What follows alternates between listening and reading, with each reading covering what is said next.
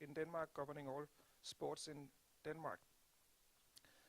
So I look very much forward to hear the presenters this afternoon, who will be, among other things, be presenting how the approach is for the integrity of sport in general, and probably in some cases match fixing in particular, on the national level, in sports organizations, with the lottery sector, and also with an academic approach to integrity in sports. As you can see, we have 6 speakers, which is probably one more than usual for this time that we have available. So we will be limited for time, which is why I will ask the speakers to be on time, 15 minutes. If they seem to be going over time, I will, as a sports referee, present them with the yellow card, which means that you will have to finish up quite quickly. Should that not work, obviously, we do have also the red card, which, as every referee will know, we hope we will not get the use for. No match fixing here. But, Nikolaos, you will take the floor first, as our first speaker is from Greece. Some of you already heard Nikolaos before, but Nikolaos Theodorou, General Secretary of the National Sports Integrity Platform in Greece, will tell us how the endless and unveiling fight against Greek sports corruption is going on. So, Nikolaos, the floor is yours.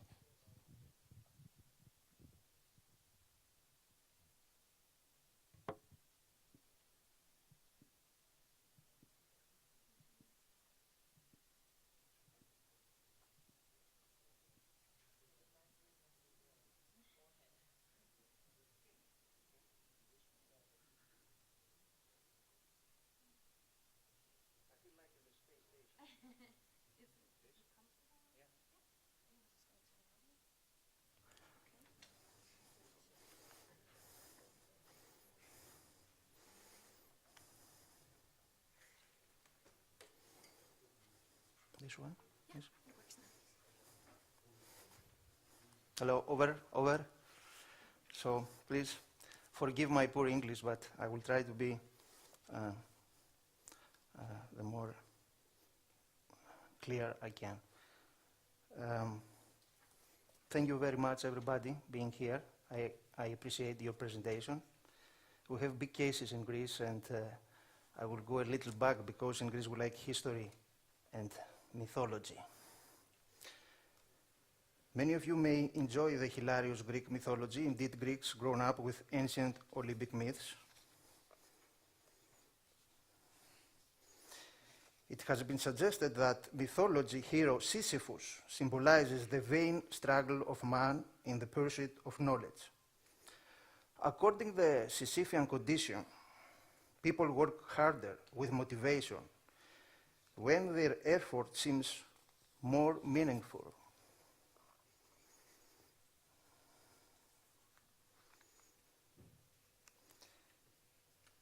Most of the Olympic education programs speak about the values of ancient Olympic ideals: ethics, fair play, sportsmanship. This is the first myth. The truth is that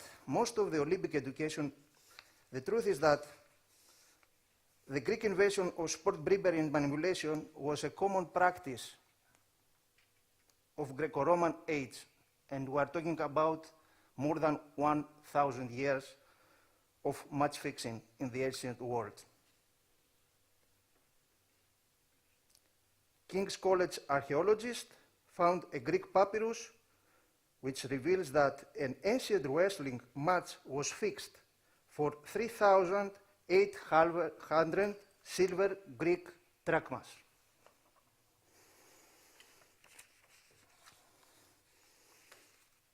Back to the modern era now in Greece. As Greeks, we wonder how our small country went from the 2004 glory to the remains of Greek catastrophe. Hosting the Olympics cost almost 11 billion euros, making the Athens Games the most costly ever. Athens 2004 organizing Olympic Committee and Hellenic Olympic Committee, a national disgrace, shame, and dishonor. The Olympics uncovered the local doping and manipulated management of the Greek federations, the National Olympic Committee, and the tricky involvement of the Greek Sport Ministry of that time. Air Force Commander Kenteris and Navy Ensign Thanu, Olympic medalists in Sydney, were missed on purpose. The controls of WADA and kick out of the Olympic Village before the start of the Games. Worth to mention, there is evidence that the Athens 2004 Football Cup tournament was also fixed during the Olympics, mostly by African and Latin teams. Athens Olympics became a tragic comedy and a big fat party. The big fat dowry counts billions. The next day, after the closing ceremony, our Greek bride warned Eurozone uncles that her 200 billion debt figures would be worst. The Olympics alone in Athens epitomized the clientelism of the Greek political families, corruption and manipulation by them of the country and the Greek Sport and National Olympic Committee for decades. Our Greek drama. Today, all Greeks want to forget forever our Olympic adventure by the closing ceremony. Post-Olympic governments had their chance to capitalize the Olympic budget, 11 billion euros.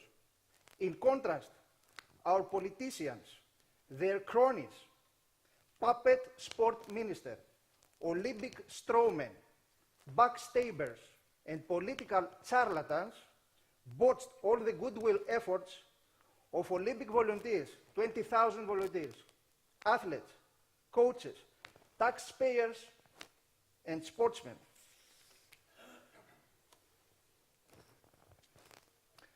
Our Olympic godfathers created a negative post-games effect, a catastrophic effect. Most of the sport evils of doping, match fixing, bribery, bad governance, and manipulated elections grows now rapidly in the Greek Olympic matrix since 2004.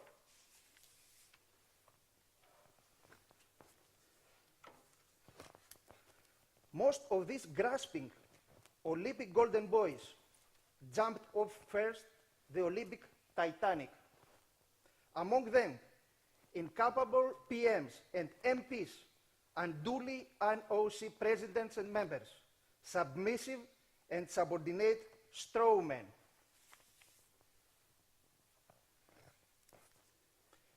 A heavy corruption file full of toxic cases, including federations, mainly the basketball and the football federation, among others, the NOC itself, and the past Ministry of Sport itself. They consider public spending and investment in sport their personal wallet. Let's go to football.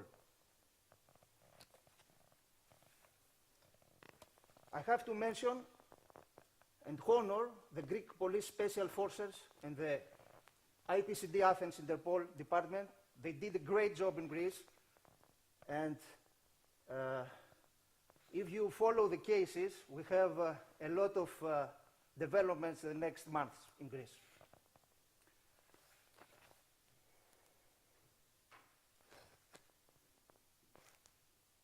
I have a message to Mr. Platini and Mr. Blatter. If you hear me, I want to tell you that. Big brothers, Mr. Platini, big brother, Mr. Blatter, are you really proud of your Greek monster small brother, that of the Hellenic Football Federation? Is it obvious that your so-called disciplinary ethics integrity programs leak and did not work for the Greek case of corrupted football? from where to start and where to finish. Millions of lost state funding, bribery, match fixing, mafia criminal gangs, manipulated elections, and black money laundering.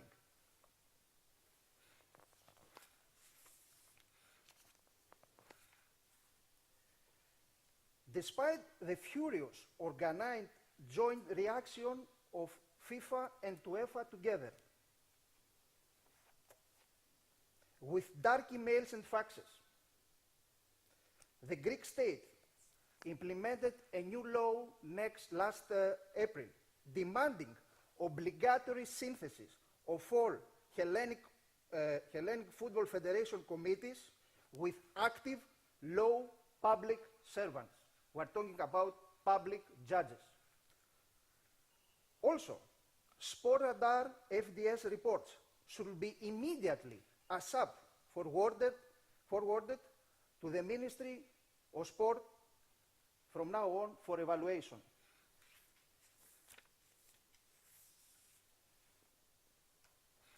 Some stats. This is the market in Greece related with the illegal betting. We're talking about annually 7.7 billion US dollars, and plus the illegal or internet betting counts 1.29 billion. And if you see the chart, it refers to the global markets, which has first marijuana, second illegal betting, third cocaine, fourth doping, heroin, etc. Research in Greece. 64.5%, a sample of 1,000 people, believe that the Greek state does not react successfully to match fixing and corruption cases of the Greek championship.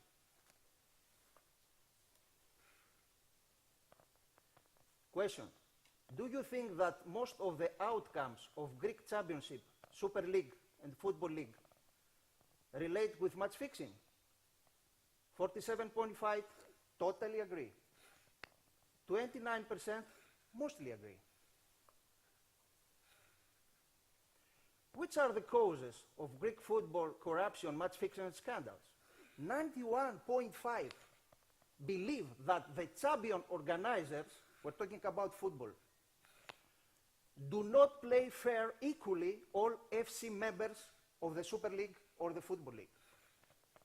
86.5% believe that the Greek state is unable to cope with the illegal behavior and practices of the Greek football. I did a research last year in all players of Super League, under 20 and under 17, under European research program of Transparency International, and I will show you some of the norms, perception and trends of the young Greek football players. These players are going to be the next adult players of the Greek championship. So, 71 under 17 and under 20 would refuse to fix the match. They said it, it's written in questionnaires. But 13% of under 17 and 12% of under 20 would bet and or bet themselves or through friends or relatives. Because if you are not 18 in Greece, you cannot bet, you cannot play, you cannot buy coupons. 32 of under 17 and 41 of under 20 would afraid and not report or share match fixers approaches. And this is the dangerous thing. And come back to my hero. So, the Greek hero cannot escape his destiny. Last year's establishment of a national sport integrity platform bearing the name K.E.A. is struggling itself by pushing the rock.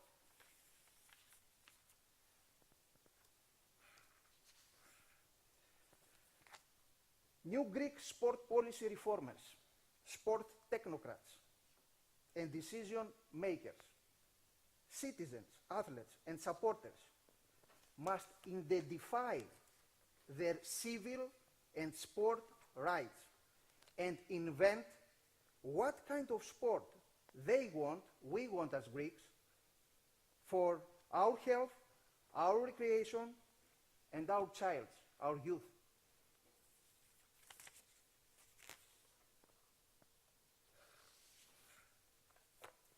Following the mission and goals of the EAPS Convention, K.E.A. struggles itself against bad governance, sport events manipulation, fixed games, bribery, and corruption. The struggle, it's enough to fill our members' hearts. FTF project was developed in order to address match fixing as an unexplored area that requires more research and systematic study. So to answer the question of this session, prevention is the key, in contrast with fighting the fixers after with policemen, Interpol, Europol, etc.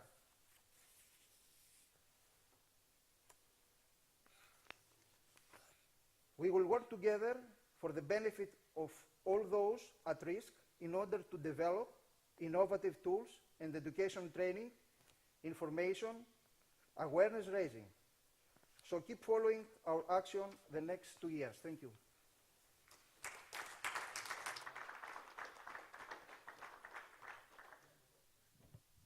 Thank you, Nikolaos. It was not overly optimistic, but hopefully the last slide shows that there may be hope at the end of the road for a better future. We will now hear from Australia. Damian Voltz will be presenting how the Australians have gone about creating a national integrity of sport unit. And please, Damian, will you come forward and present your presentation? Oh, you are right here. Okay. Okay, thanks very much. Just by introduction, I'm a criminal intelligence analyst, currently seconded, so working with the National Integrity Sport Unit, acting as an advisor on organised crime. So I actually work with the policy people and I'm providing advice on organised crime. So we've heard in recent years a lot of discussion about threats to the integrity of sport. But it's a very ambiguous term. What's exactly being referred to when we talk about that? Are we talking about the trafficking of youths? Are we talking about money laundering, criminal associations? Are we talking about domestic criminal groups, international organised crime? It's all a very fuzzy concept at the moment. So what Australia has tried to do is to actually understand and drill into, gain a better and more detailed understanding of what the threats are to the integrity of Australian sport. So why do this? In my background as an intelligence officer, and Michael as a former police officer will know about the importance of intelligence. We have intelligence as tactical intelligence, which tells us who the individuals are who are committing offences. We have strategic intelligence, which identifies emerging trends and opportunities for organised crime and where organised crime is going, so that law enforcement can get on the front foot. So we do a lot of analysis of drug markets and other illegal markets to actually understand the direction and trajectories of illicit markets. So then we can actually start developing informed strategies. And as Steve Jobs here says, if you don't actually understand the environment and what you're dealing with, you end up with very linear solutions. So it's a cookie cutter solution. And I fear that that's what's happening in sport at the moment in relation to the threats to the integrity of sport. There's very much these cookie cutter solutions about educating players. What's the point of educating players if the clubs are owned by organised crime and they've got a gun to the head of players?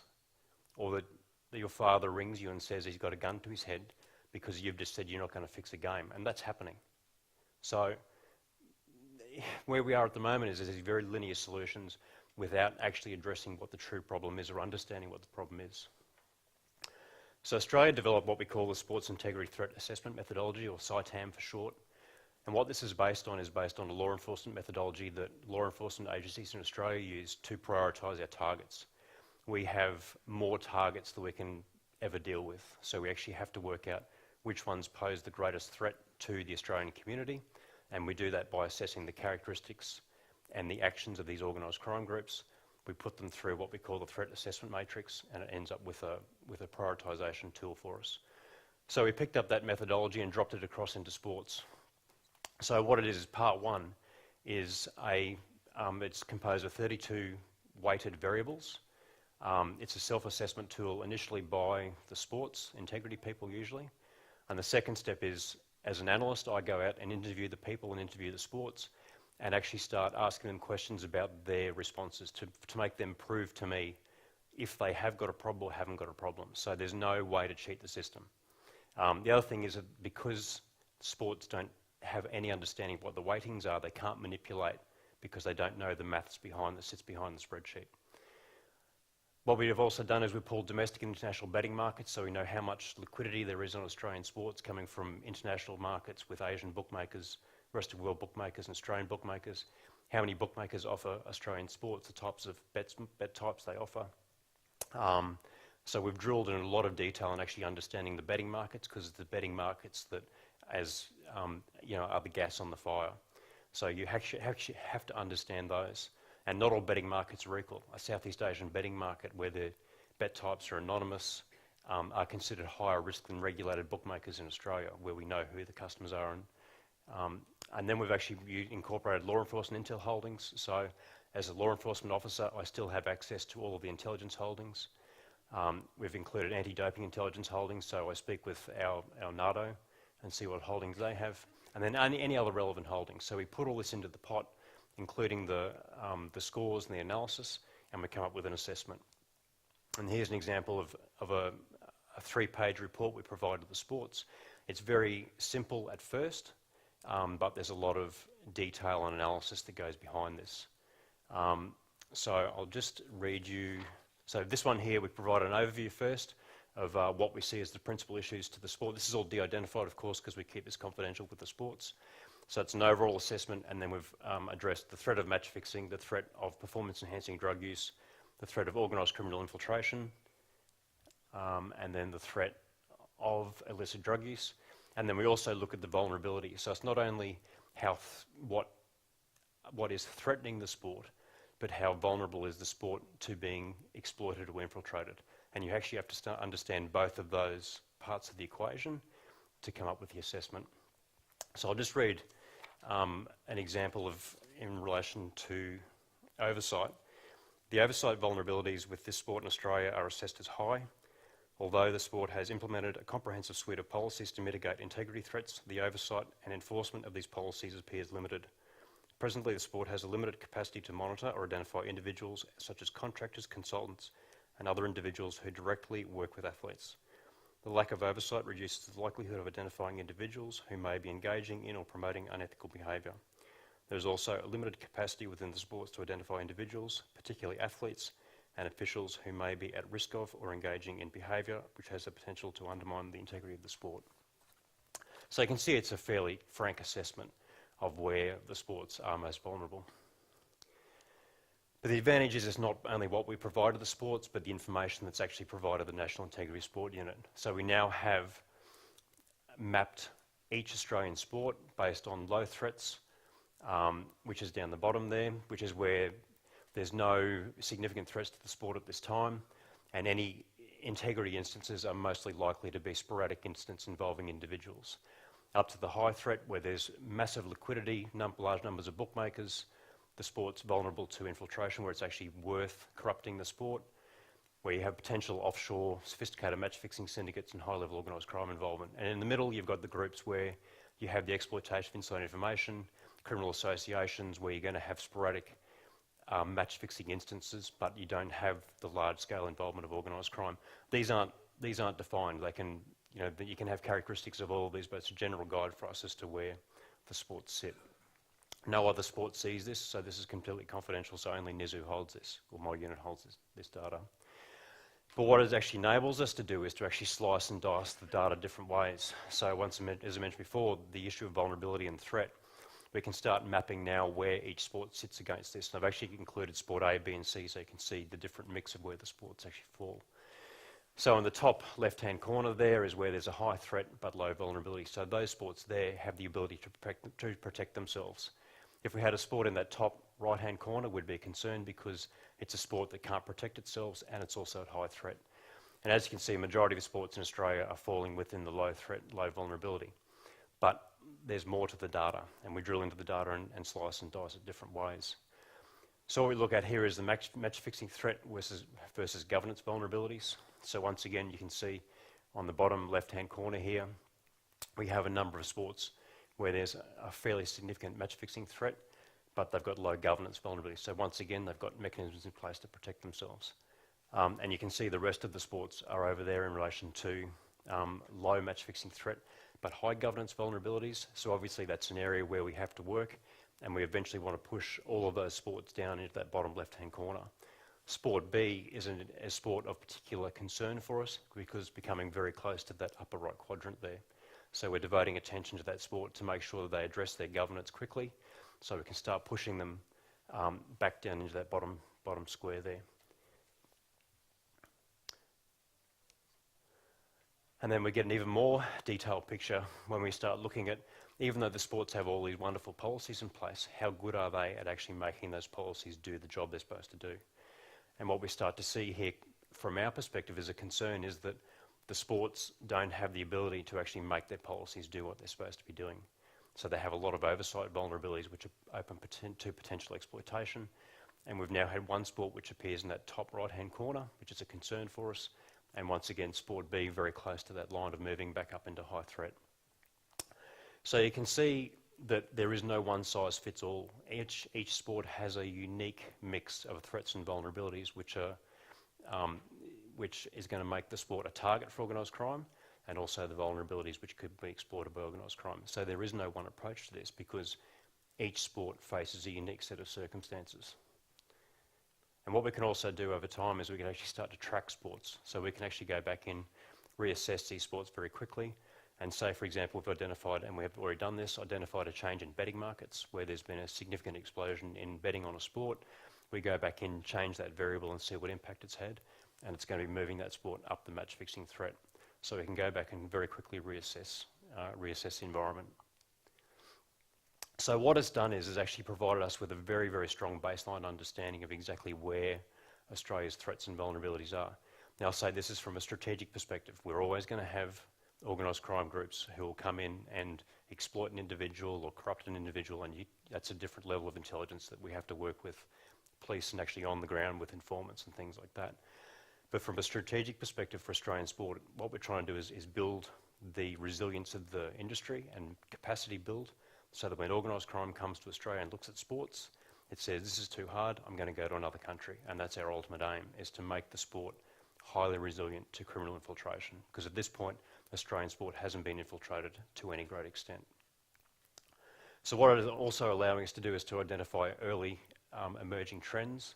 As I mentioned, we're constantly getting feeds of betting data, and we're constantly monitoring the environment. So we can quickly go back in, because we've got that baseline understanding, and reassess the industry. We're now longitudinally tracking where sports are going, whether they're going up or down, changes in the environment. But what it's also done for us is identified for my unit where our knowledge and intelligence gaps are. So it's now guiding our future collection and the research we do and how we actually bolster our understanding of the organised crime environment in Australia, because we now know where our gaps are. We know where the unknowns are. So it's actually providing a feedback loop to us in the unit as to where we need to start devoting our resources. So for example, we're devoting a lot of our time now in understanding the illegal betting markets in Asia and the domestic linkages that exist between illegal betting markets and Australia, because that's where the money's going. And what it's allowing us to do is to actually start developing informed strategies. We're not just groping in the dark now for just a cookie cutter model. We've actually got specific strategies in place now to identify addressing oversight vulnerabilities, capacity building within the sports, teaching them how to do interviews, secure evidence, making the policies actually do what the policies are supposed to be doing.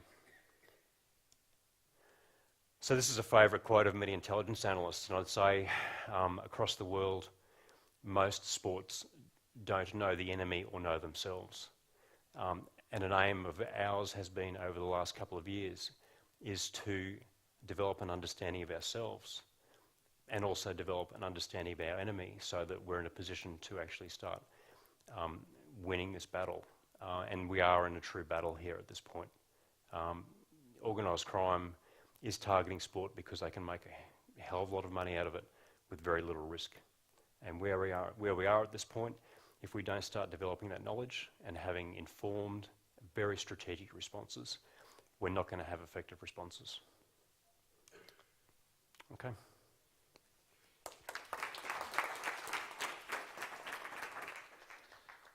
Thank you very much, Damian, not only for showing us how you are mapping the sports, how you are trying to make it so difficult for the fixers to work in your country that they stay away, and also for keeping the time, which is not least important in this very compact session. Now I would like to welcome Severin, Moritzer. I think we take Peter first. Yeah. The program said Peter. I would like to welcome Peter Nicholson. Oh, good. Yeah. Peter, as some of you heard already on Sunday, has been, among many other things, working in sport. He has been working with the CIRC Independent Commission, who presented their report for the UCI last year, or early this year, rather. And now he's working also with the International Cricket Council, and we will hear from Peter the perspective of the international sports organizations in this regard. Thank you, Peter. The floor is yours. Jesper, thank you very much. And ladies and gentlemen, I'm taking you from the previous speaker, from Damian, who's at the strategic level from a national perspective, and I'm going to take it down to what I would term a tactical level, looking at two sports from a different perspective. I sense my language is going to be not dissimilar to Damian, and I think this is quite an interesting issue. It's people who, because he and I think, are two individuals that have come from outside sport, and we're looking at sport and focusing within sport. He's a criminal analyst from a national federal law enforcement agency. My background is international criminal investigations, and my former background was as a military intelligence officer. Do any of those skills apply to anything to do with sport? I mean, it's for you to decide, but I think at least, if nothing else, it adds a different perspective. And I couldn't agree more with Damian. If sport doesn't think it's in a war, then I think it's deluding itself. It's certainly in a war against doping, a war against corruption, and a war against those two combining together, which is even more terrifying. So let's have a quick look at fixing outcomes, such as I've come across them. And we'll look at cycling first, and I'll take the Tour de France. And my question really is this. Cycling gets kicked around the bazaars for almost everything wrong about it. Corruption in its management over the years, and certainly an endemic, widespread and systematic doping problem. Is it also liable to be a vulnerable sport for match fixing or for event fixing? And when you think of the Tour de France, it seems to have all the ingredients. First of all, it's both a team and an individual sport. It takes 3 weeks to complete the Tour de France. There's plenty of room there for ebb and flow of competition, therefore. The winner of the Tour de France needs a team or others in order to win. And the reason is because if you have a team, you can protect yourself with 40% drag savings. Over 3 weeks, therefore, you cannot cycle alone up front and win the Tour de France. You need someone and people to protect you as the ebb and flow of battle or combat in that competitive environment goes on. An interesting other thing is that there's over 200 riders in a peloton, but really most Tour de France, very unlikely to find the winner outside of the top 4 or 5 riders. Everything is geared to those top 4 or 5 riders winning it. It's quite unusual, unless there's a significant amount of accidents, that one of those will not win it. You have numbers of different stages which people can win within the race itself, which you can win. And you can win different awards, not just be the winner. You can have different coloured jerseys for different types of accomplishment as the tour goes on and at the end of the tour. The person who wins accumulates the least amount of time to cover the distance, but you don't ever need to win one stage, which is an interesting one. You could always just be second or third or fourth, but as long as your cumulative time is less than everybody else's, you're going to win. And when you do win, traditionally, you have to share your winnings with the rest of the team, which is another interesting point when we talk about corruption. Here's another interesting thing about cycling that I found when I was doing this investigation into it. And I think the question for me is, how did doping evolve in cycling? But also, how does the vulnerabilities towards corruption evolve in cycling? And I found that it wasn't one day there was nothing and the next day it was awfully bad. These things evolve. Like doping in cycling, for example, began with drinking champagne halfway up a mountain to get a bit of an alcoholic kick, and on you go. Through into recreational drugs, because they had certain properties that were unable to be somewhat controlled, but at least you got a bit of a pump on the bike. Ultimately, to the EPOs of this world, highly specific endurance-based drugs to enhance performance. But it's not dissimilar with tactics to fixing, and I just want to quickly run you through this example. This is what you get in cycling today, and certainly in the Tour de France. Well, potentially today. You definitely get individuals who agree to work with another. Will you help me? Will you help me? And I'm going to do a break, but I need someone with me so that we can share the wind slipping and we can try and make a break. That person may or may not be in your team. They may be a friend of yours. Is that allowed? Is that just part of the tactics of the game, the folklore of the event? And I leave it out there as a question. If your team agrees to work with another team to freeze another team out during the competitive environment, there can be 20 plus teams. What are you doing there? Are you ganging up on another team? Is that fair or unfair in sport? What about if one of the individuals who's at the front allows someone else to win a stage? Happens all the time. Happens regularly. One rider allows another to win a stage for whatever reason. I've heard reasons such as, you know what, my sponsors might be withdrawing at the end of this year. If you let me win the stage, they think we're pretty good, so and it won't affect your timing. So if you let me win the stage, my sponsor, okay, mate, you win the stage. Is that tactics? Is that okay, or is that actually now becoming somewhat fraudulent or moving towards fixing outcomes during a stage in a race? What if a rider says, look, I'll let you win this stage, but you've got to help me in another stage. I need you to block so-and-so a person because he's getting close to my time, and I need support on that. Is that fixing an outcome, or is that part of the folklore of the event? What if you sell a stage to another? What if you say, I know I'm going to beat you, and they do. These guys, they know who's going to win more or less most of the time from one stage to another. Not at the beginning of the stage, but as the stage that comes towards the end. So one athlete will say to the other, you know what? You know I'm going to beat you, but I'll sell you the stage, or do you want to buy this stage off me? How much should you give me? That, to me, starts to sound like fixing outcomes. And then if you sell a race, I'm not suggesting the Tour de France, but if you sell an entire race or a time trial to another person, which we had allegations of, and certainly even at the Olympics, is that match fixing or not? One thing I would say is all of this occurs within the sport. It's all it's all done with riders, often with managers as well involved, because managers are becoming ever more prevalent in their influences in cycling, of course. But this is not influence coming from outside necessarily. This is all cycling as it has evolved over time. But if you compare it to other sports where, we saw in another presentation another time I think was it a Korean badminton team that was all banned. If you start to lose qualifiers deliberately to try and get a preferential place during the quarterfinals or semi-finals of an event, they were thrown out. In cycling, a lot of that stuff is tactics, folklore of the sport. It's an interesting difference.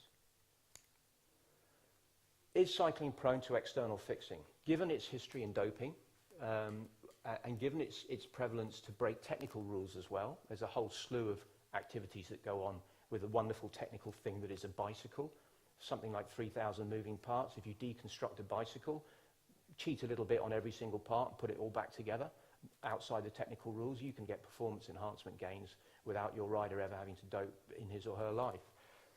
So riders, if you're prone to breaking rules, are you more prone, it's a purely rhetorical question, to breaking rules in terms of when it comes to accepting bribes, helping fixing outcomes? So if and this is where Damian's type of research would be very useful for the cycling community, what are the drivers that drive match fixing, spot fixing, corruption in the sport? Is the global betting community actually interested in cycling? And if so, why? And if not, why not? Actually, if you think about cycling, it could be quite tricky to fix certain events. You can fall off your bike at a certain point at a certain time, unsurprising, you know, in a surprising context, and perhaps underperform that way. But I would suggest it's pretty hard. My sort of third bullet point to the end there, perhaps when you can put bets on later on in the course of the Tour de France as a whole, as an example, or at different stages near the end, if you're allowed to do that, you might be able to fix outcomes better. But I sense that cycling actually, by some accident, is actually a little bit more protected from external corrupting influences in terms of spot and outcome fixing. But my message had been to the cycling, to the UCI, it would be good to identify what the indicators were for corruption inside your sport, corruption coming from outside to corrupt the outcomes of your sport, and try and protect it now and learn from other sports. So let's have a quick look at cricket. Cricket, I'm not sure how many of you are familiar with cricket as a sport. I'm not going to try and explain it to you, all the old jokes. But basically, even at the elite level of the game, there's three types of cricket. You can have a 5-day match, you can have a one-day match that lasts for 50 so-called overs, which is a period of time in which a number of balls have to be bowled, and there's a very short version of that, which is all wham-bam, it's all high profile, it's all about advertising and corruption, maybe, who knows. But the thing about cricket, what you can do is you can fix outcomes at a micro level that have absolutely nothing to do with the outcome of the game, which actually becomes very insidious indeed. Partly because you can get a player and prove to the player, show the player, obviously who's intimate with the game and the rules, that what you're about to do has no effect on the outcome. You're not ruining it for your colleagues. You're not ruining it for your team manager, your placing in whatever league you're in or whatever. You're not ruining anything. And that reduces the barrier to entry in terms of fixing at that level. Elite players earn there's an enormous disparity in their incomes. So some of the best players in the world are paid the worst. That's just a fact. A lot has to do from whence they come in terms of their national representation. Probably aware of the phenomenon of pitch or court siding. So without even having to influence the players, you know, you can report, as you can in tennis and other games, you can report an outcome before it's broadcast and try and gain a competitive advantage that way. And my sense of this in cricket is that the law, national laws, even the rules and regulations, have yet to catch up with the phenomenon of fixing outcomes. And so sometimes the authorities have less powers available to them than they would wish to deal with those they find engaged in this. But just to give you an idea, here's the classic one. This is a Pakistani young bowler. You'll see that foot, his right foot, is over a white line by so far that the commentators were barely able to speak when they watched this actually happen in real time, and were huffing and puffing about how could you possibly bowl a ball like that. In cricket terms, at that level, which is at the most elite level, putting your foot that far over the line is impossible almost to contemplate. You know, if you do it by an inch, everyone tuts, and you know that's probably by 12 inches at least. But you'll see at the top there, what this guy did was bowl what was so-called no ball. All it simply does is add one run, and there were, you know, you can have a test match in this particular example at the top, the third test match between Pakistan and England. Over 1,000 runs were scored. You just add one run. It actually doesn't affect the outcome at all. And you have to bowl one more ball, but there were over 1,600 balls bowled in that match. So it doesn't affect the outcome at all. It doesn't affect the outcome at all. But he's a lowly paid, up-and-coming Pakistani fast bowler, slated to be one of the best in the world as he improved. And he succumbed to that and did that deliberately, actually in the fourth test, not in the third test. I'm using that as just purely an example. But it is a rich area, a rich arena, cricket. We're starting to learn, and you picked this up from Damian and elsewhere, when these young lads get approached, they get approached by people who, as far as I'm concerned, are professional intelligence operators. The approach is professional. You know, no one goes up and says, we want you to cheat. Everybody goes up and says, you know, what do you think the weather's going to be like today out there? You know, is the pitch looking a bit damp? And they begin their relationship in that type of context. It's extremely insidious. It's very clever, and a series of sticks and carrots start to emerge for the person who remains in contact with the approacher. You only need one to be able to fix outcomes. Better if you've got 11, especially the captain, but you only need one.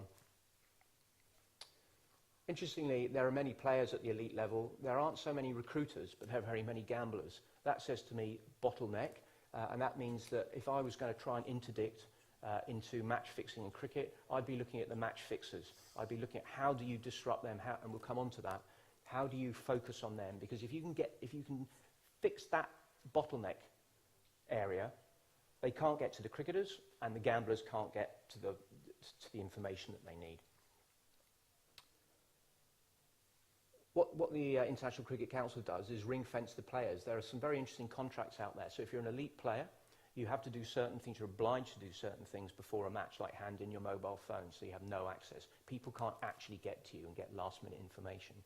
If you get suspected at reasonable grounds to believe that you've been involved in a corrupt practice, you're subjected to an interview by the anti-corruption unit. You're obliged potentially to hand over your telephones in the plural, all your contacts. You're obliged to hand over all the movements that you've made, even maybe your bank records. It's a very draconian environment, but it goes towards this idea that I was mentioning the other day, that it's a privilege to compete at the elite level, not a right.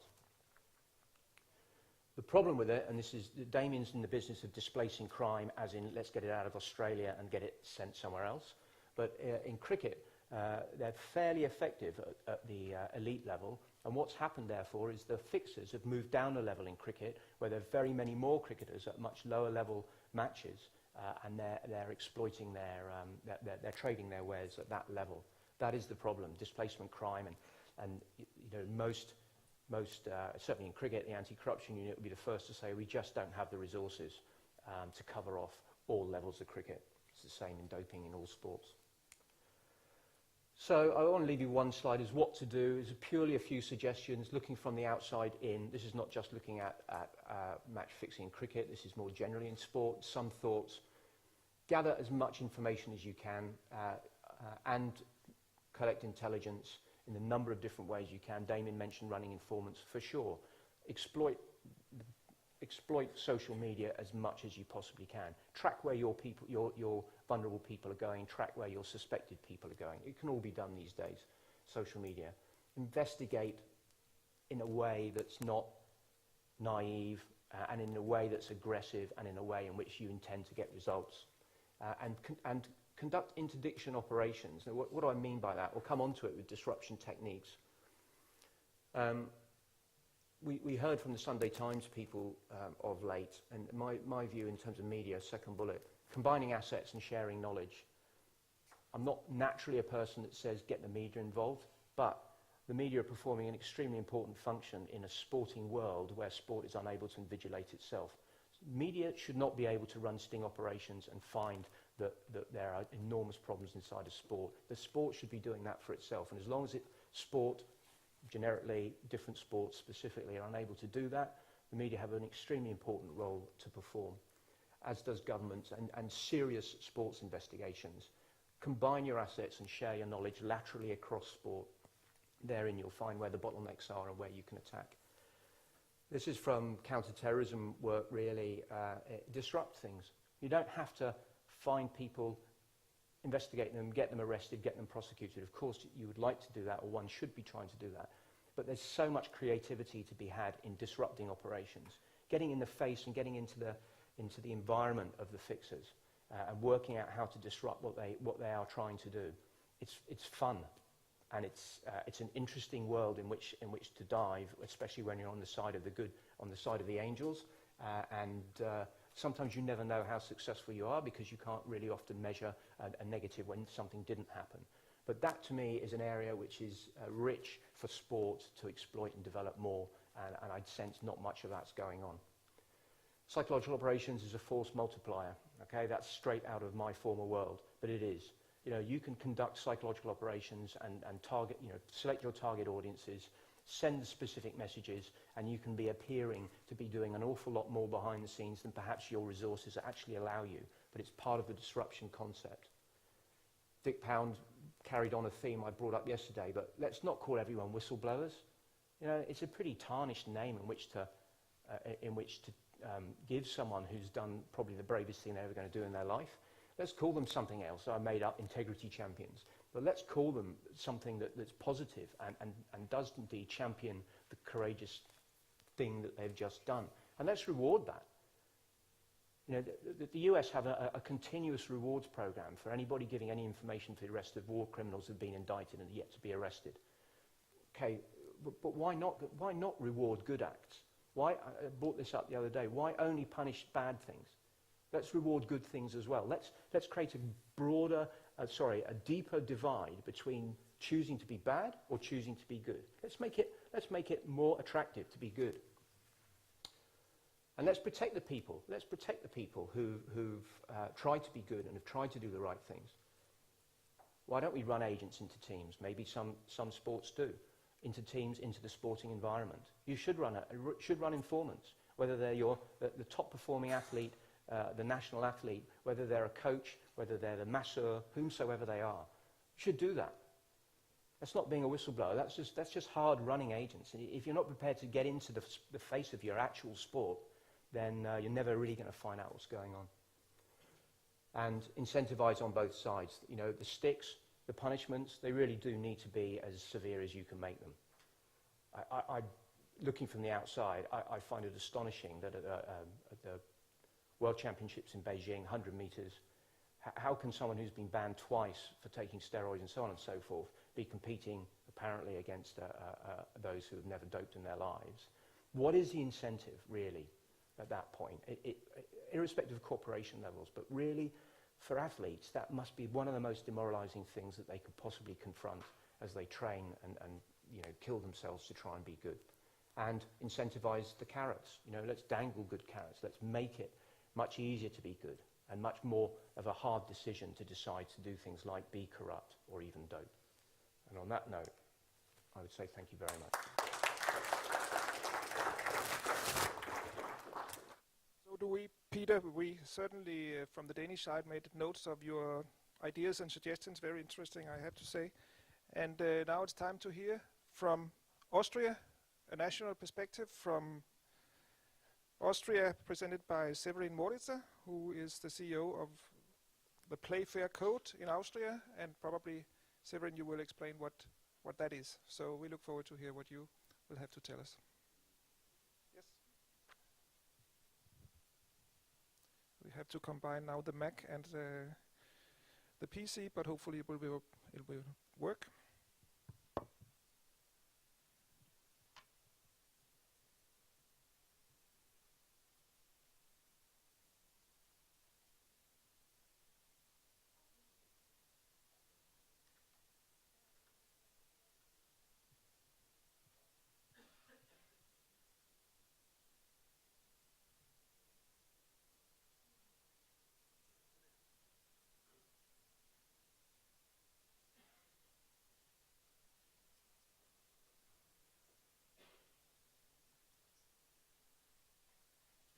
Can you hear me? Yeah.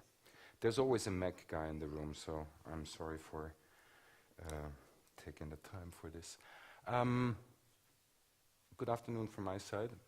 My name is Severin Moritzer. I'm the CEO of Play Fair Code, and I would like to give you a brief overview of what Austria is doing in terms of match fixing, and we are seeing the Austrian flag on my first slide.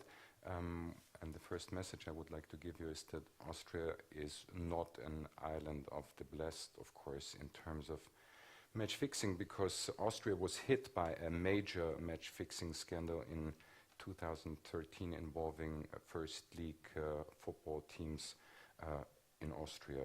So by that time, and this leads me to give you some information about us, the Play Fair Code was already on the map of prevention and dealing with match fixing in Austria a year before this scandal hit Austria. And I was listening to Mr. Hill in the morning, who said quite very correct that federations usually are not that much interested in informations or revealing scandals in match fixing. I have to say, from our experience in Austria, we had a different experience, because I think the league and the FA in Austria were very, very lucky to have a platform like us in place, who already were in charge in terms of prevention and talking to the athletes, talking to the players, talking to all the stakeholders in Austria. That diminished or reduced the pressure of the media while the scandal was coming up. So we started 2012. Our legal form is an association, of course, and just to give you this information also, our fundings are from the Ministry of Sports, who as a first member joined the Play Fair Code in 2012. Of course, other members I will present you in a minute, and sponsors. What we actually do is, and this is the message, it's all about prevention. We are specialized in prevention in terms of education for athletes, for sponsors, for the media, for club managers, for everybody who is involved in professional, but also in amateurs and grassroots sports. Education, and that was a strategic decision from the very beginning, where to start with the education. And our strategy was to choose a top-down model, which actually is that we started with the professional football players in Austria, with the first and second league football players, of course, going down step by step into amateur football. For the moment, we are in the middle of training seminars with the third league in Austria, and parallel to this strategy of the top-down, we of course went to the young athletes, which are in the FA younger teams and teams. Also, we decided from the very beginning that the approach of the education would be a one-to-one, or in other words, we are having teams of 25 to 30 players and athletes in kind of personal workshops and seminars, and not having decided for like a train-the-trainer concept or an e-learning concept or something like this. Monitoring, of course, we don't conduct monitoring ourselves, as the Austrian Football Association is part and member of the Play Fair Code. We are getting data via UEFA and the Austrian FA if an Austrian game would be involved. But we use monitoring, of course, as a very, very transparent sign to everybody who we are giving training seminars, because from the athlete's perspective, we tell the athletes, listen, whatever is going on a football pitch or a tennis circuit, you have to be aware of the fact that it is very transparent these days. So we give them this insight as a future knowledge, of course. The ombudsman, we were hearing about whistleblowing before. We made the decision 2014, are we going for an ombudsman office, or are we going for whistleblowing? For more kind of formal reasons, we decided for an ombudsman office, and also there was a German experience, because they started the ombudsman, I think, 2012, so we had some good experience from our German colleagues.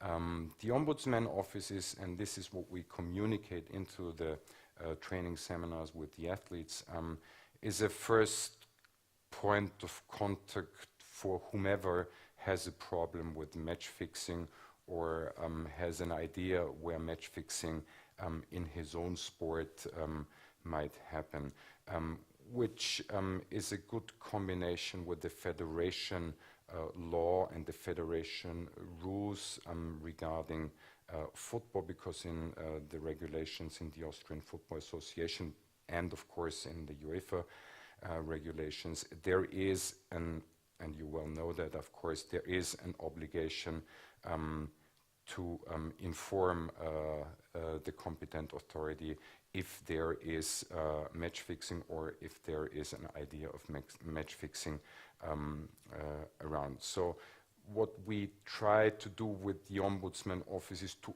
offer a low entry barrier tool for players and officials to give this information to the Ombudsman, who then, of course, is liaising with us, the Playfair Code, and the federations and law enforcement, of course. To give you a short overview of our current situations after 3 years on the map in what I learned today, the match or anti-match fixing industry today. The Ministry of Sports is a very, very important stakeholder, and was a very important, or the most important stakeholder from the very beginning, from the initial start of this platform, as well as is the Ministry of Interior, and this also reflects the words you can read in the Convention Against Match Fixing. And I'd like to present you the Austrian stakeholders who are already in place for this future national platform in Austria. Who is already on board with the Playfair Code is the Austrian Sports Organization, which is, I think, it's present in nearly every European country, as to my knowledge. It's an overall sport organization for the different sporting disciplines. We are having on board the Austrian NOC, the Lotteries, of course. I'm talked about the Football Association and the Football League before, which were, besides the Ministry of Sports, the most important stakeholder and member from the very beginning. The Ski Federation is a special thing, of course, in Austria, and maybe in Germany or in Switzerland. Skiing is a very popular thing in Austria, and therefore we are happy to have them on board. Of course, just recently, last year, the Austrian Ice Hockey League, which is a league in 4 different countries, the Czech Republic, Italy, and Slovenia, including Austria, of course, boarded with the Playfair Code, and we already are doing training seminars with the ice hockey players in this league, which is a completely different approach in comparison to football, of course, because what we learned and what we learned from experts in ice hockey is that fixing in ice hockey is completely different than in football, because just think about the fact that the fluctuation or the changes of the players in ice hockey is every like 45 to 60 seconds. In the end, it turned out, and that's the short conclusion, fixing or trying to fix in ice hockey is harder than in football, of course, and the core target group, of course, is, as it is in football, the referees, of course.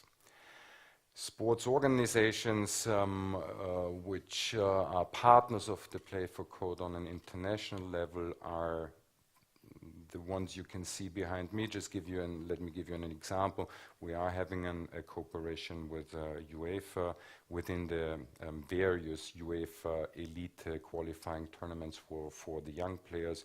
We are doing training seminars for all the teams who are coming to the tournaments to Austria. We are having a partner, of course, with a partnership with the German Bundesliga. They are having a specific German platform which is dealing only with football, of course, and as I said before, it's not in a one-to-one situation in terms of education, but with a train-the-trainer principle. So we try to learn from other models, of course, too.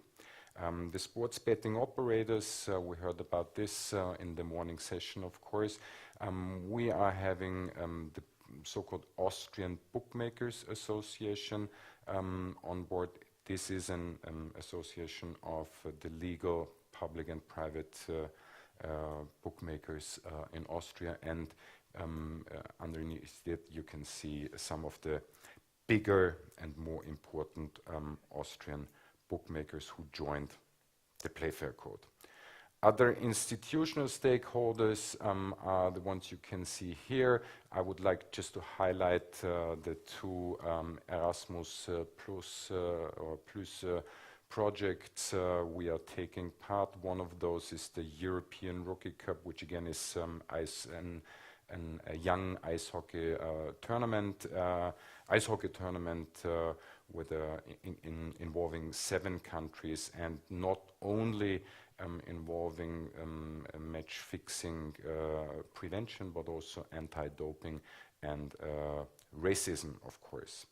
And last but not least, we put that in a subgroup calling other stakeholders, because we're always talking, when we're talking about match fixing, and that was also in the morning session, when the outcomes are more or less clear before the game starts, you are having a problem with those stakeholders, because in the long run, of course, media would not have any interest about reporting about the games and the outcomes. Fans would not come into the stadiums, of course, wouldn't pay for tickets, and so on and so on. That's the promise. And of course, which sponsor would be engaged with the sport that is bribed. The future with regard to the last slide would be a national platform as foreseen in Article 13 of the Convention. And this is a theoretical model for the future, of course, but given the fact that in Austria, on an informal basis, quite a lot of the stakeholders are already in place, the formal national platform could look like this model, which is having the Playfair Code on a coordinating level, and of course the Ministry of Interior for issues like data exchange and law enforcement issues. I'm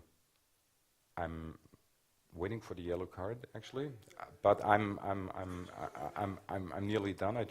I never received a yellow card, so I'm closing with a short video. Some of you may know or may have seen this.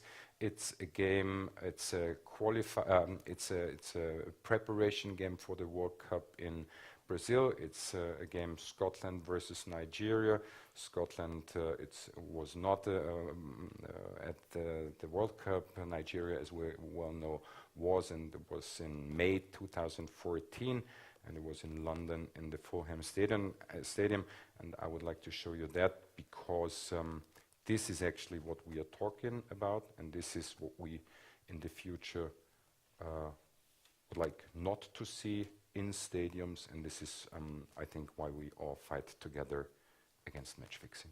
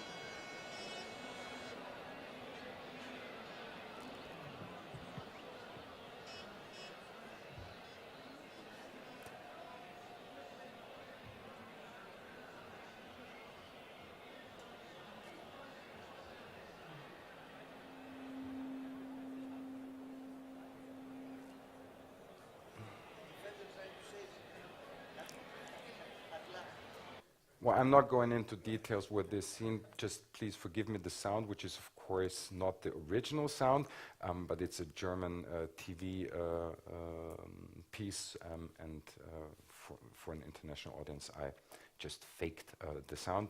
Thank you very much for the attention. Thank you very much, Severin, for this insight into the actions taken against match fixing in Austria. You mentioned that the lottery industry is part of your stakeholders, and now we will actually hear from the lottery industry. I hope you are still here. Please, Sarah and Evangelos, to present your presentation from European Lotteries and the Global Lottery Monitoring System, which is representing the government-owned or controlled lotteries in Europe.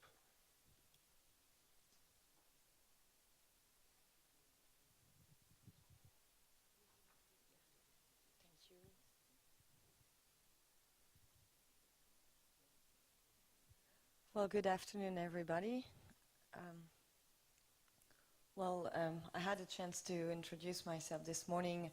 I actually joined the Lotteries 2 months ago. I've known them well because they were actually financing the integrity unit of Sport Accord. As myself, I am French, and Evangelos is Greek. He's going to introduce himself. So it's a good mix of the modern and ancient Olympic that you have here. And hopefully we can give you a good view of what the lotteries can do in the field of fighting match fixing. Thank you, Sarah. So good afternoon, everybody. So we will be quite quick and concrete, speaking about the actions that lotteries have taken against the phenomenon of match fixing. So first, just a few words about the lotteries. So lotteries belong in a very sustainable model and have been created actually to support society and sport. Only in Europe, the contribution of our members, the lotteries in Europe, is to sport is around 2 billion euros on an annual basis, and the 70% of this goes to sport, to grassroots sport, and we consider this very important.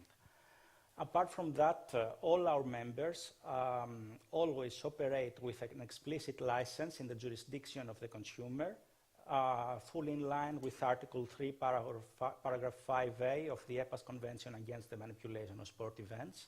So we can say that these factors are unifying our members' contribution to sports and grassroots sports, and always operating with an explicit license in the jurisdiction of the consumer. So lottery is considered match fixing as the greatest threat that modern sport is confronted with, and this is why we have taken some concrete steps against this phenomenon. In 2013, we adopted our EL Sports Integrity Action Plan, the 7-point program, which urges for actions within 7 different areas. We can speak about each of these actions for hours. However, as we would like to be concrete and speak about the actions that we have taken, we will proceed to our projects within the field of education and prevention. First, so in 2011, we started a partnership with Sport Accord, along with both EL and WLA. And this is when we started working with Sarah, actually, when she was working for Sport Accord at the time. And under this partnership, we developed a global program against match fixing, which included an e-learning program for athletes, and also other educational tools and model rules for international federations. So thanks to this program, under this e-learning tool reached out to many athletes through the international federations. And what is really important to mention is probably you are all familiar with the multi-sports games of Sport Accord. So Sport Accord had made it a prerequisite, like a requirement for all athletes to go through the e-learning before starting participating. So this was a requirement for all athletes and participants of these multi-sports games. Another project that we are quite proud of is, as we call it, the IRIS project, which was partially funded by the EU under the Preparatory Action 2012. So this project lasted from 2013 until 2014, and it was led by the French Research Institute IRIS, and the partners apart from EL included Sport Accord, ENCSO, and Sport and Citizenship.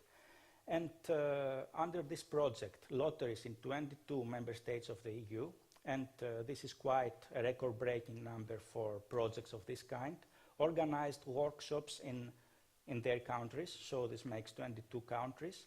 And the main objectives of this project and the workshops was to collect best practices, to raise awareness among different stakeholders regarding the risks related to match fixing and illegal betting and sports betting, and create a national network against the phenomenon. So what we consider that it is extremely important is that in many countries it was the very first time that we had on the same table representatives from different areas, and including law enforcement, sports betting operators, sports organizations, and public authorities. And as a result, in many countries, following this workshop, there was an instant mobilization, and the national stakeholders proceeded to different projects. And what we also tried is we tried to bring together the different projects that were in place during the time in each country, and we tried to enhance coordination of the different projects that were already existing. What we can also say is that for each workshop, we tried to tailor it in the level of expertise and the needs of each country. So this was, we always tailored the program and the presentations in order to be relevant for the participants. And in general, it was well appreciated by the participants. And right now we have created like a kind of 22 national task forces in 22 different European EU member states. And this can be like a first step for the setting up of national platforms under the EPAS Convention. And speaking about EPAS, we can also say that we had a very good coordination with EPAS, which was represented in certain of the workshops. So promoting the EPAS Convention was also one of the objectives of the project. And we do believe that this project contributed to the signing of the convention by certain member states. If I may. Well, we agreed he would be presenting, and I'm the lazy person just commenting. So as this morning I didn't have a presentation. The reason why we extensively mention this project, the title of this session is Integrity in Theory and Integrity in Practice. And we believe this is a real integrity in practice versus integrity in theory.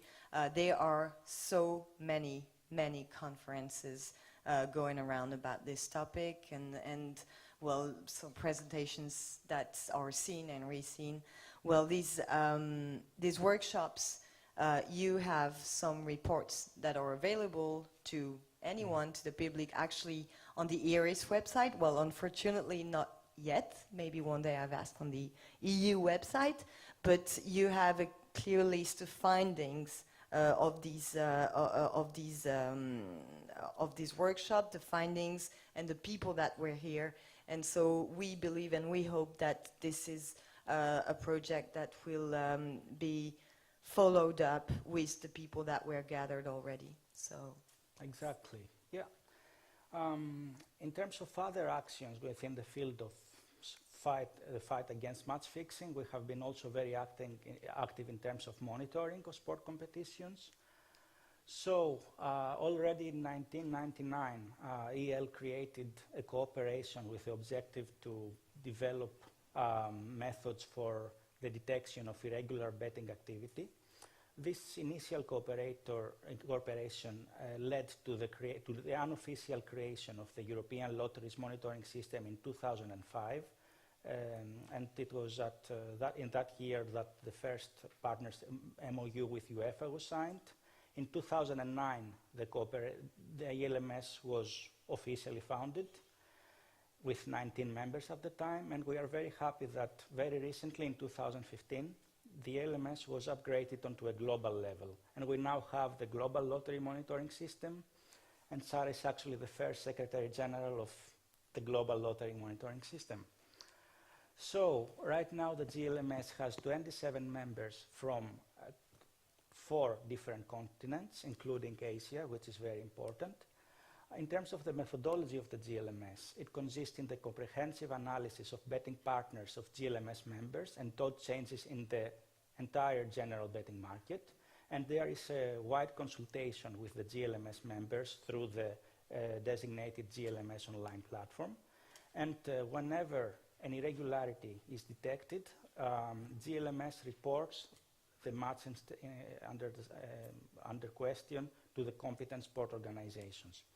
So already there have been really, really many matches reported. More than 430 matches since 2009 have been reported to UEFA, more than 120 to FIFA and also to the IOC and the Tennis Integrity Unit. Right now, the operations are extended on a global level, and we also get input from the Asian lotteries, and we guarantee a 24/7 coverage. Yes, just a few words about GLMS. It's at the moment, it's various resources that we can rely on. Well, the first, as it was clearly explained, it's the alerts from our members, the members of the system, and what they generate and bring it back to our analyst so that they can share it. Another one is our analysts that are well-formed in looking after the odds and detecting suspicious movements. So when they see anything, they can also spread it down to the members.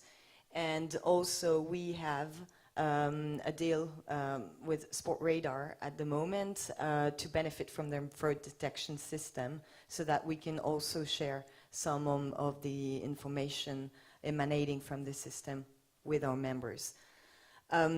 Just some figures about, well, obviously you can see here, this is from 2009 until today, the number of alerts that have been transmitted to these sport organizations. I was very skeptical about monitoring systems before entering the GLMS, because I didn't really know what it was really producing. And you know, the public, we have very little information. That's normal on the alerts that are effectively being generated. Just to give you a figure, in the last 6 days, because now I received the alerts from the GLMS dedicated team. It's 2 full-time people based here in Denmark at Danske Spil at the moment. I received 17, not alerts. I'm not going to call them alerts because it's more drawing our attention on some suspicious things, but it's not yet something that we can say is a fraud. So 17 within 6 days. That's to show the quite active activity of these analysts. Among those alerts emanated from 15 different countries, mostly in Europe, but we will also have a country in Asia and in South America, and 15 of these alerts are about football. Well, that's one indicator of what we see, what we detect. Well, most of these alerts concern second division or third division, low division, let's say, sorry, competitions. But that's quite interesting to see that. The big challenge that I see for GLMS is that the members and the partners, that is the sport organizations, provide some feedback about how these alerts are dealt. I see that the team systematically ask everybody, do you have you seen any suspicious thing? I now have to figure out with them the real feedback that they get, and because a lot of monitoring systems are complaining actually that they don't get feedback about how those cases are treated. So I think the great challenge is to find a way to efficiently follow up on these alerts, and also to find a way to communicate to the public a little, to be able to communicate to the public some global trends, what at the same time keeping the presumption of innocence in some cases, or the confidentiality issue. The great value of GLMS compared to some other monitoring systems that can be efficient in a way, but the value of ours is that all members are not competitors, because they are acting in their own countries and not in transnational basis. So they are really keen to share the information that they have, including some volumes and turnover. So that's about it, and we're really happy if you have any questions. Thank you. Oh, sorry. And yeah, it's okay. Just to inform you that on 7 December 2016, we will be supporting the Sport Integrity Conference as part of the International Sport Convention, and we hope that this will be a good platform for coordinating and ensuring coordination among the different initiatives that are in place. And of course, we also hope that it will be a good chance to present, to follow up from the IRIS project that the national task forces we had created back in 2013-2014 with that project. And we are also open to your ideas and suggestions in terms of the development of the program also. In Geneva. In Geneva. Well, it's an international sports convention. It's made of many, many conferences, actually, but ours will be the will focus on sport integrity. But it's an interesting place, actually, for you to go if you want to touch upon different topics in sport. It's really gathering, even broadcasting, digital issues, many kind of topics, and we will be.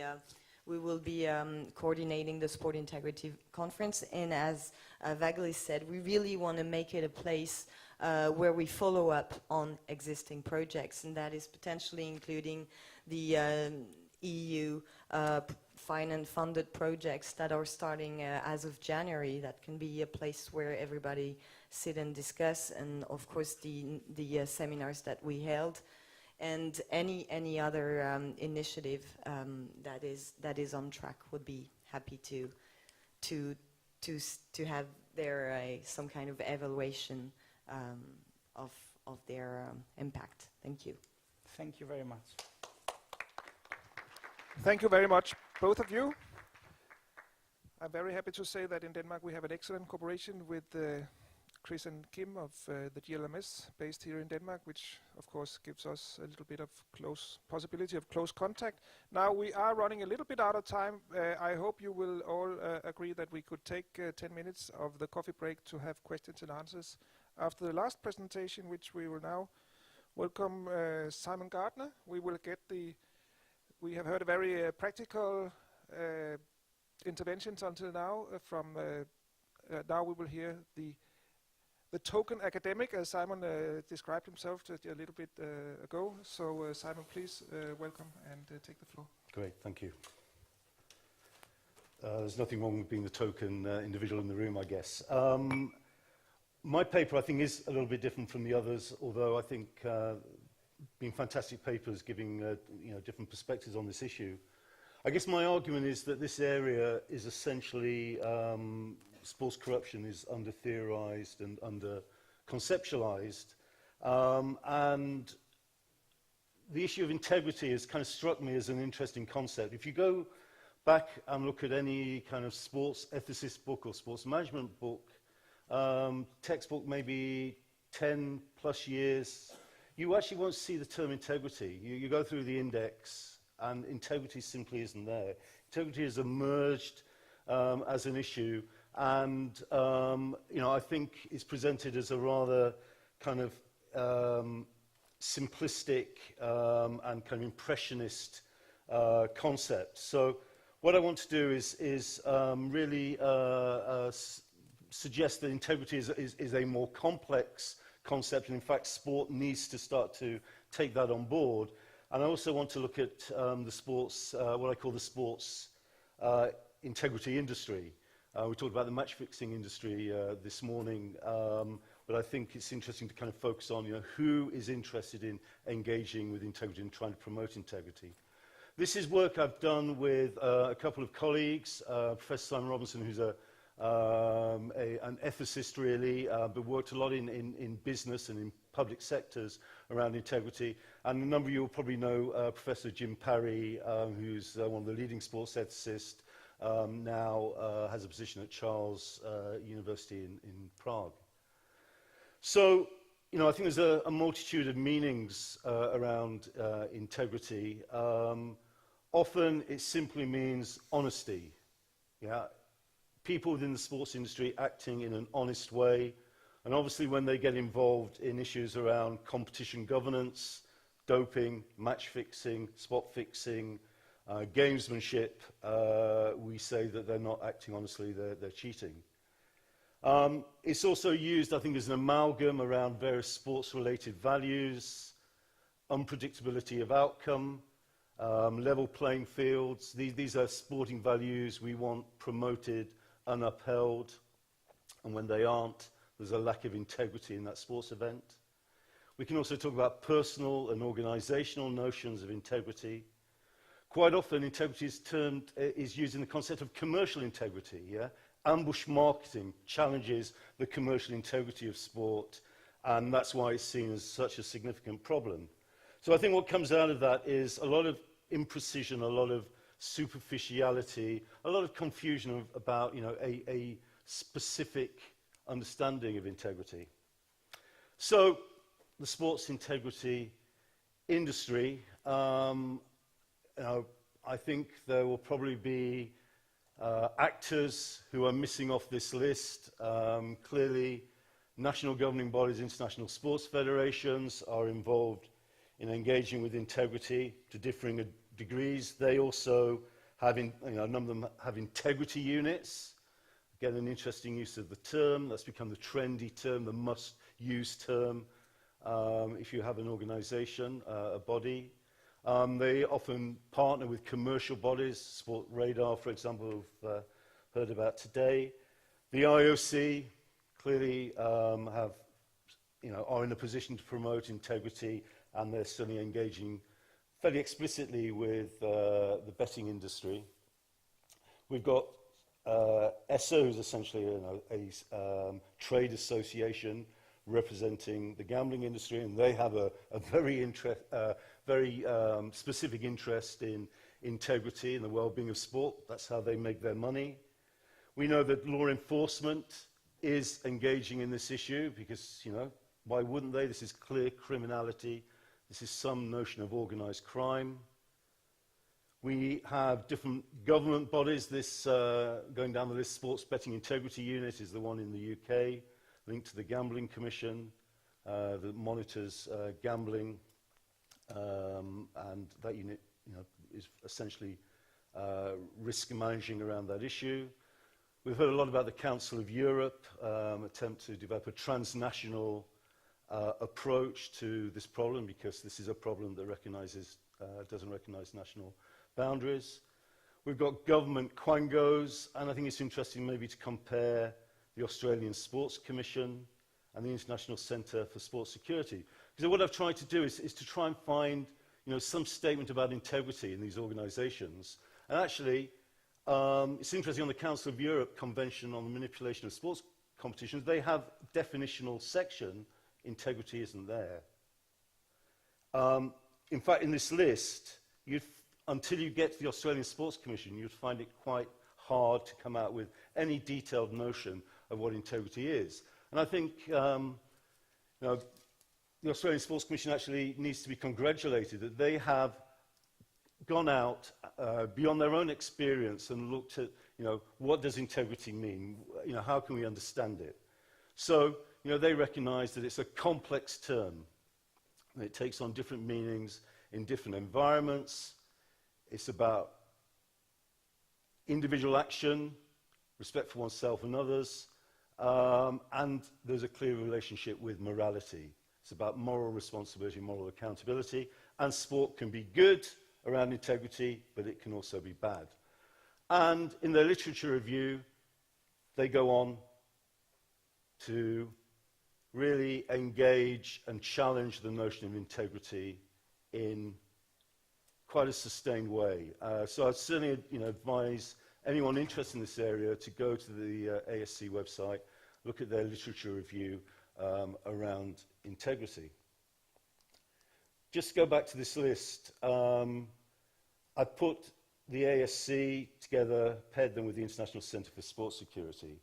I could not find anything on the documentation that they have. I wouldn't say it's been a particularly scientific approach, but I'm interested, why this type of body has emerged and has kind of almost taken center stage. When I talk in seminars around the ICSS, there seems to be kind of divided opinion. I'm really trying to look at it objectively in terms of, why has this organization emerged? I think, cynically, it's probably around about Qatari government trying to create political space around their sporting activities. But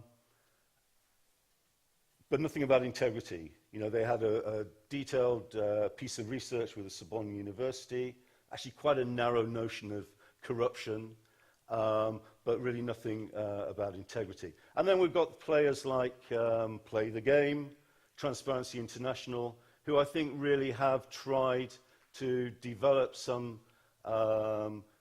credibility and theoretical basis around this issue. And we've got organizations such as New FIFA Now, and of course journalists and academics. And I think journalists, and especially people like Andrew Jennings, have done a fantastic service to engaging with the problems within sports corruption, and they need to be congratulated. But I think what comes out of this is what I would say is a kind of superficial version of integrity, and actually in a lot of these organizations there is an integrity deficit. Declan Hill talked about suspicion of organizations, individuals getting involved in this area, and I think we probably have all gone to seminars around this issue, and there are individuals who are trying to make a buck, and that's fine. There are commercial opportunities here, but as an emerging kind of milieu of different organizations, I think it's a quite interesting organizational issue to look at. So, Play the Game and Transparency International, and I think TI does have a view of what they see as integrity on their website. So, what I've been doing with Jim Parry and Simon Robertson is really to start to challenge this superficial notion of integrity, to try and look at wider notions of how we might understand, to gain some sort of kind of conceptual clarity around this. And, there is a lot of, quite learned philosophy around integrity, focusing on the individual, self-integration, identity.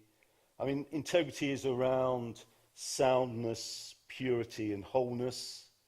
And I guess corruption is about spoiling, breaking down, and decay. So, it is a clear correlative to corruption. So it is something that we should be promoting. So, there is philosophical literature around integrity. There is also a lot of literature around integrity in the business and public sector. And, within that literature, there seems to be a distinction broadly between behavioral and moral integrity, that in recent years there has been an emphasis on behavioral integrity, acting in a consistent manner,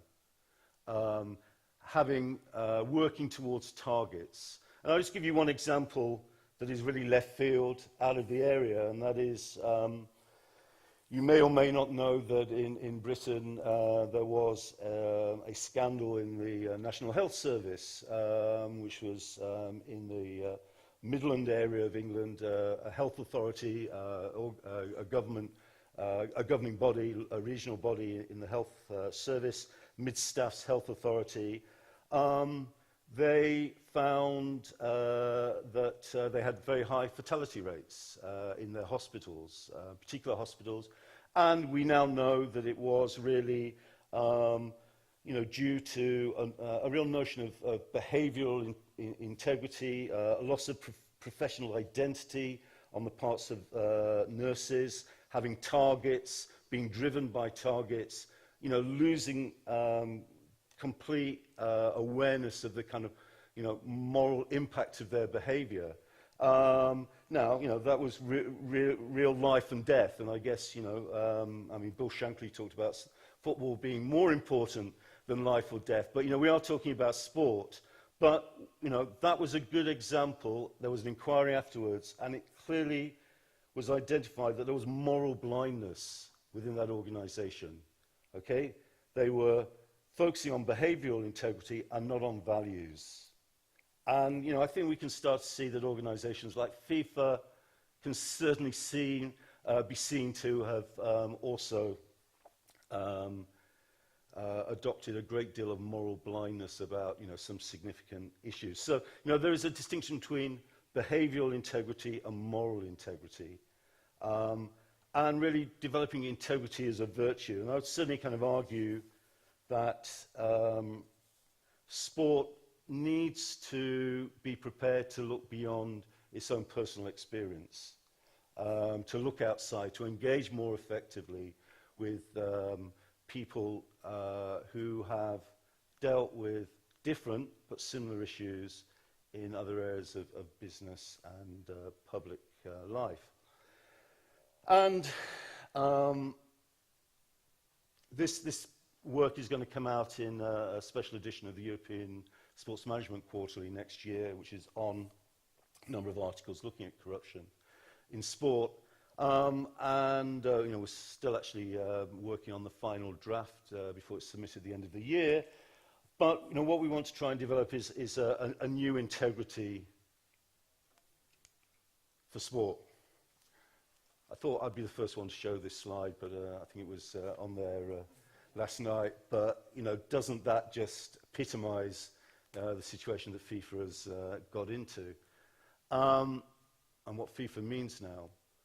So, I guess, very briefly, I think we need to recognise there are a number of versions of integrity around sport. There's the integrity of sport itself.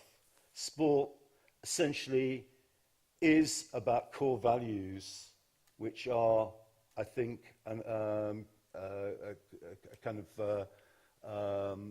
they're part of integrity. The notions of justice, fairness, respect, inclusivity and care, excellence and competition. That's what inherently sport is about.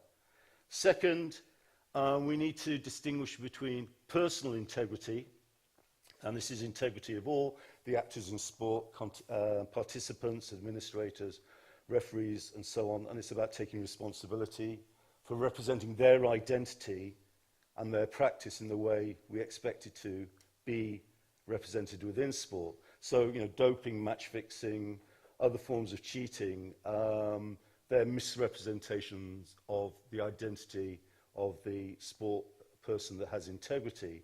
And, these are clear cases of the lack of integrity, and when discovered, they lead to a loss of reputation of those individuals. Thirdly, I think, we importantly need to focus on organisational integrity.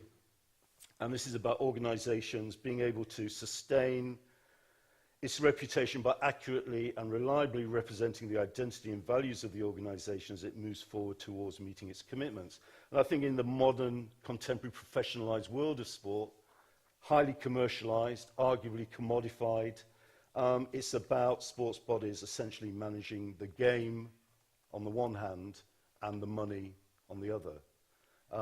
And that's a real test of their integrity. And I think, fourthly, we're also talking about notions of procedural integrity.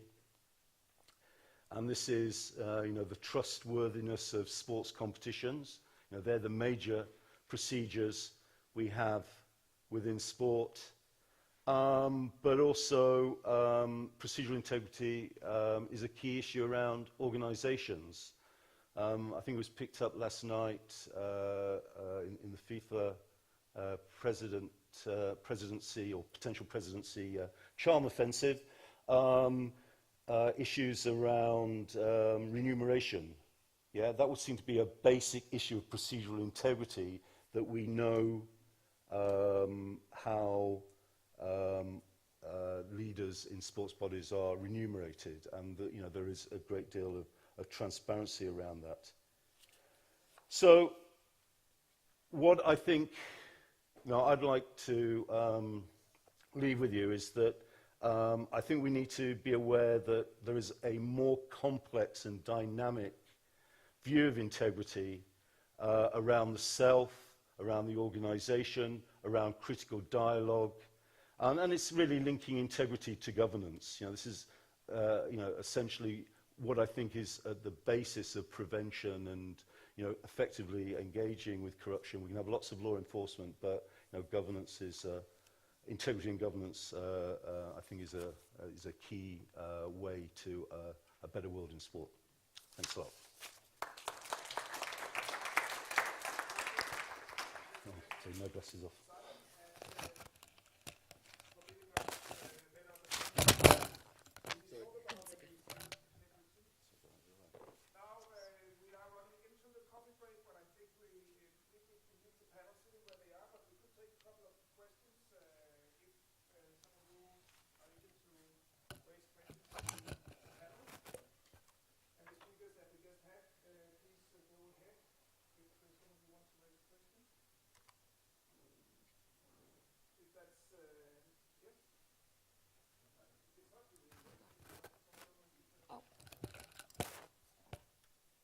Should be working now. Yeah, thanks. So a question, well, one comment. Just as a Scottish supporter, I was dismayed that even with the opposition goalkeeper throwing the ball into his own net, we still actually didn't win that game. So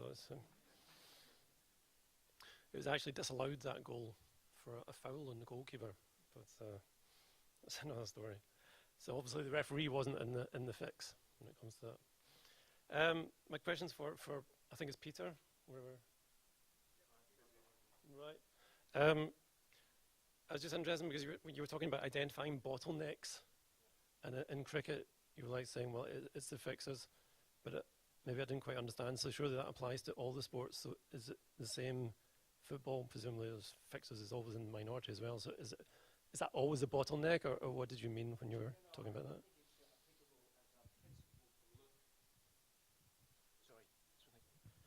I think it's applicable as a principle to look into sport and find, you know, those who are trying to attack sport, whether it be through corruption or doping, for example, look for the vulnerabilities, and that can be with bottleneck situations. For example, clinics and doctors who deal with doping for athletes. You know, there's not one doctor per athlete. You know, for every doctor there may be 10 or more athletes, and my point there would be get in amongst the clinics, the wellness clinics, and the doping doctors, because if you disrupt and you attack them, what you're doing is disrupting the entire athletics community and or the athletes community, and preventing doping across a far broader array of subjects, rather than looking only at the athletes themselves and testing each one of them individually. I'm not saying don't do that, but I'm saying work out where the vulnerabilities are and go for those nodes. Anybody else? Yes. Johan Skotcher from Vienna. I would like to ask the professor if integrity is kind of a modern replacement for the old fair play. Is it a kind of word juggling?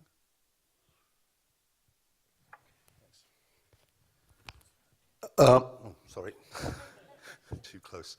Yeah, well, you get into some quite complex kind of interaction between integrity, ethics, and morals. You know, I think certainly fair play is a component of the integrity of sport itself. You know, I think sport is a kind of, you know, can be seen inherently as a virtuous activity.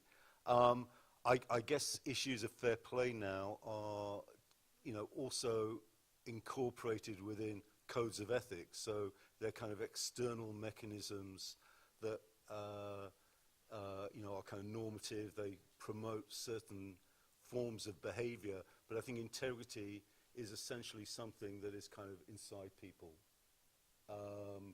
And I suppose the argument is that integrity gets kind of corrupted by, the environment.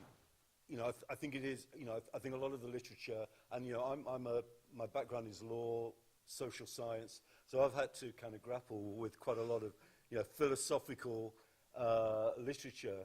But, I think the modern thinking around integrity is that it is very much a kind of relative concept. Yeah, it is kind of something inherent, but it can only also be understood, in a kind of relative, contextual way.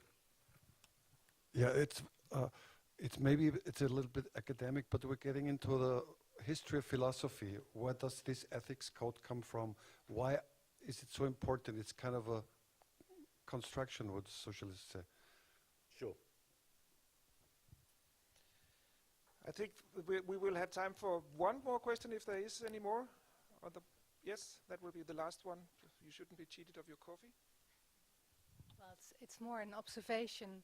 I noticed in the presentation of Severin for Fair Play Code, I missed one important stakeholder in your platform to be, and that was the Players Association.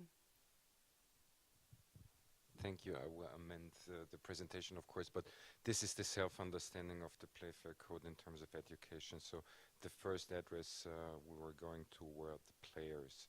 So all the education takes place with the players, with the coaches, with the club officials, and in a broader sense, of course, with the sponsors, with the media, and so on. So the players are the core and the core competence of Playfair Code.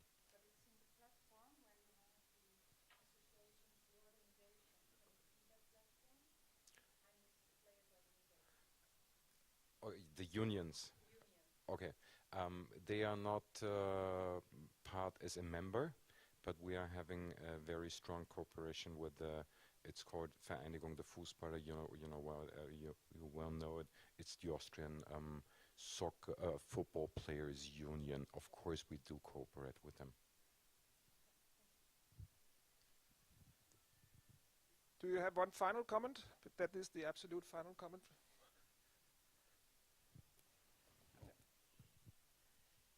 Yes, thank you.